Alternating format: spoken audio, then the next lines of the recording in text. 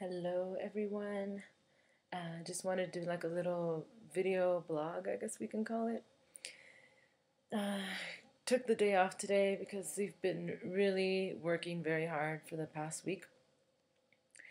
And I think I've reached a point of exhaustion. I don't even know how to wrap up the week, but I will say that Pokot is incredibly remote.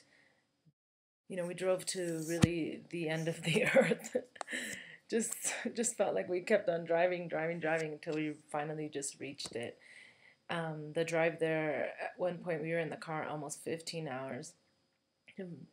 Half of that time was almost half of that time was very bumpy ride.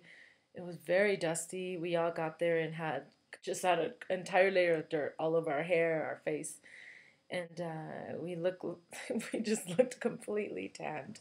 We met a lot of beautiful people out there, people that are standing up for children's rights, people that are standing up for the women, and teachers and principals and nuns. We stayed at a Catholic mission.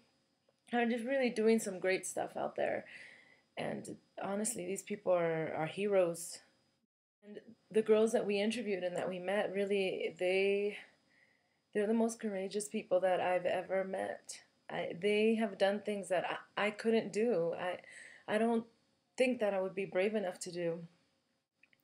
And I was really taken back by the interviews and their experiences and their stories of struggle and perseverance and just how they escaped their situations, you know, jumping out of a window, leaving at night and walking from Uganda all the way to Kenya.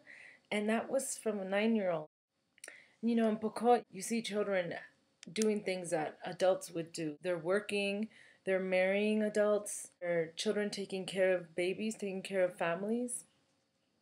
They're out at night fetching water with absolutely no supervision. It's hard to watch, and I think one thing that was very hard for our team was seeing so many sick children just out in the mountains with absolutely no help, and you could tell that they really weren't going to get much help. We were able to sit and interview a circumciser. That really stands out a lot for me. I don't think I will ever forget those, I think about 30 minutes that I sat there with her and probably about 10 other elders. We were coming back and we were really processing things, but we did decide to extend the work an extra day because we were invited to go to Nyeri to help out a group of Kenyans and really just join them on the amazing work that they are already doing. They're involved with the Good Shepherd Orphanage that takes care of children who have HIV/AIDS.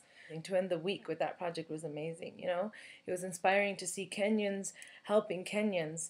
And I've seen it many times, but it was just so great to show up there. It was like 3 people from the Western world, but the rest were just a large group of Kenyans that, you know, they have their own families, they have their own jobs, but they're setting time aside to help.